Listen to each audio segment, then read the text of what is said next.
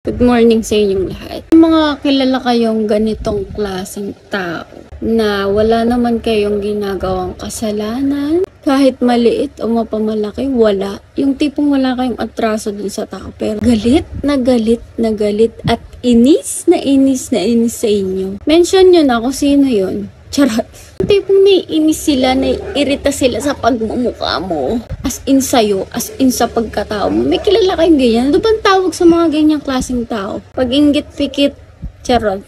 Tawag kasi sa ganyan, insecure o inggit talaga. Kaya ako kasi natanong, hindi kasi mawala-wala sa mundong to. Yung mga ganyang pag-ugali ng tao. Doon sa blinag ko, di ba, doon sa backstabber. Pag may galit ka, di ba, parang naiinis ka, binabackstab mo ngayon tao, kaysa idaan mo pa sa iba, parang direct to the point mo na lang dun sa tao. Ngayon naman, ito namang sinasabi ko, insecure na yun, be. Walang mararating yung pag-iinggit mo. Totoo yun. Yung tipong kung naiinis ka dun sa tao, at dahil naiinggit ka, kasi parang tipong ayaw mong maangatan kayo, ayaw mong malalamangan ka, yung ayaw mong may kapantay ka. Accept mo yung totoo. Lahat tayo pantay-pantay mga be. Lahat tayo tao, lahat tayo pare-pareho lang. Hindi ko sinabing pati pagmumukha at pag-ugali pare-pareho. Ibig ko sabihin, iisa lang kasi yung babagsakan natin. Lupa lang din. Kakainin din tayo ng mga uod. Magiging buto rin tayo sa ilalim ng lupa.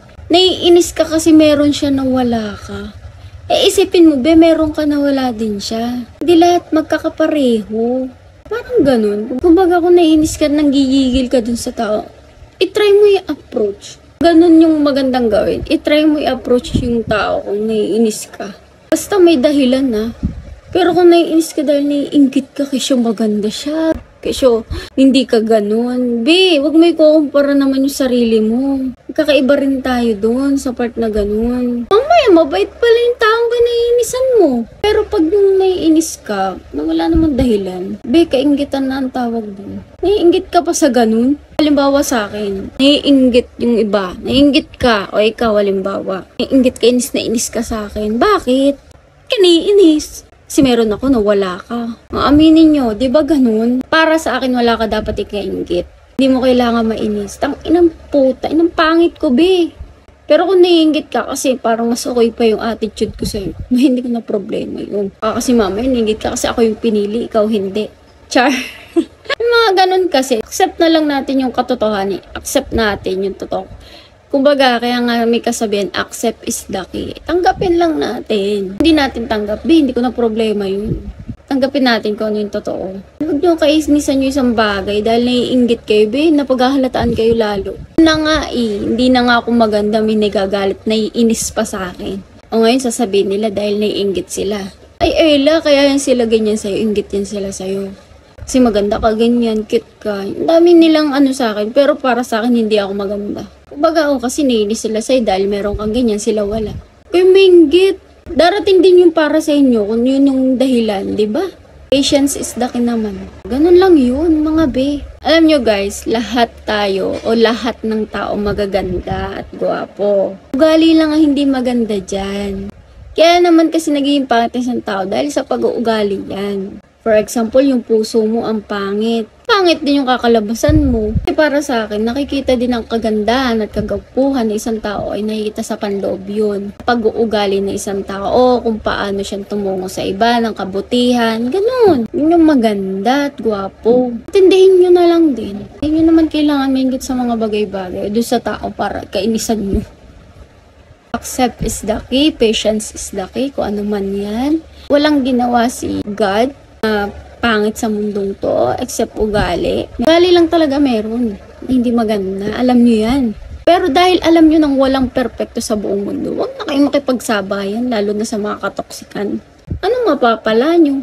Ano din mapapala nyo kung may inggit kayo? Di ba parang mas lalo lang kayo na trigger, lalo lang kayo na di ba? Ang pangit lalo sa inyong tignan ng ganun. Yung ibig ko sabihin. At kung hindi nyo naman mag-gets, hindi ko na problema yun mga be.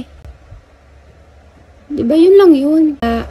Kaya may inggit kahit kanino o kaya naingit kayo kasi mayaman sila or kayo ganyan.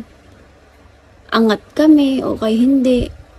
Be, hindi naman sa ganun yun. Tsaka hindi naman habang buhay. Angat lagi ang isang tao. Walang permanente sa mundo. Ang ibig kong sabihin dito ay na huwag kayo maingit sa isang tao na meron din kayo na wala sila. Ganun lang yun.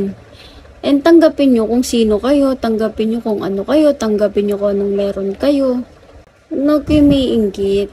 Mga bagay din na hindi nyo alam, di ba? Meron kayo na wala rin sila. Galit nga kahit naiinis kayo dahil dyan sa kainggitan nyo. At try nyo i-approach yung taong kinainisan nyo nang dahil dyan sa kainggitan nyo.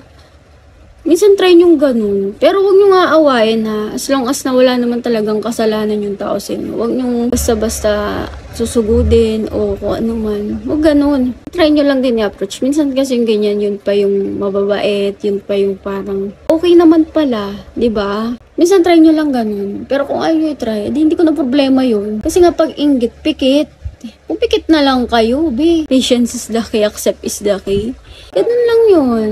May okay rin kayo mismo pagka ganun yung ginawa nyo. Try nyo lang. Basta kung ano yung naiintindihan nyo sa mga sinabi ko, edi gawin nyo.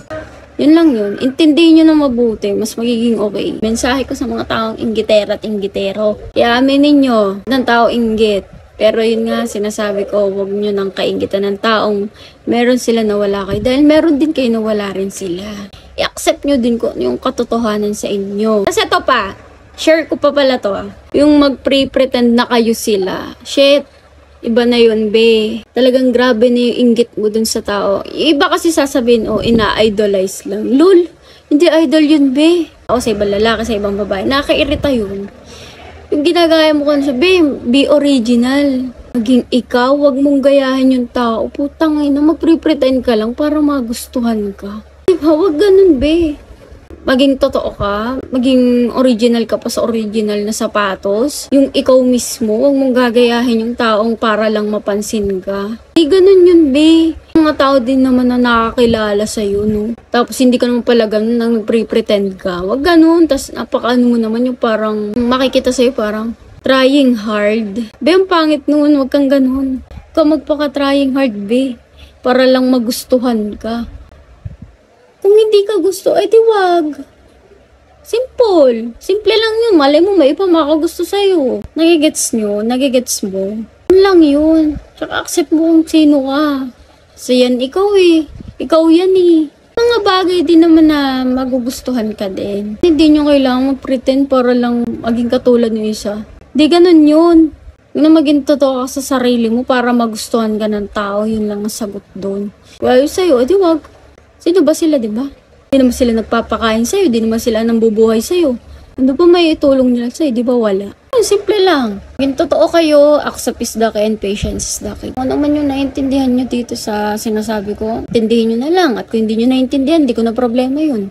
Dahil hindi ko naman ito ipapaliwanag, wala kayong maiintindihan, di ba? Meron pa kayong request. Mensahe lang din, kahit yung konting kaalaman lang. I-comment nyo dito and kung ano man yun, susubukan natin. This is the end of my vlog. Kung hindi ka pa naka-follow sa Facebook page ko, mag-follow ka na, libre lang yun. Kung hindi ka pa rin naman naka-subscribe sa aking YT channel, mag-subscribe na kayo. Libre lang din yun. Para naman sa ganun, mas mag-i-update kayo sa aking susunod na mga videos. So always keep safe and God bless everyone. Bye!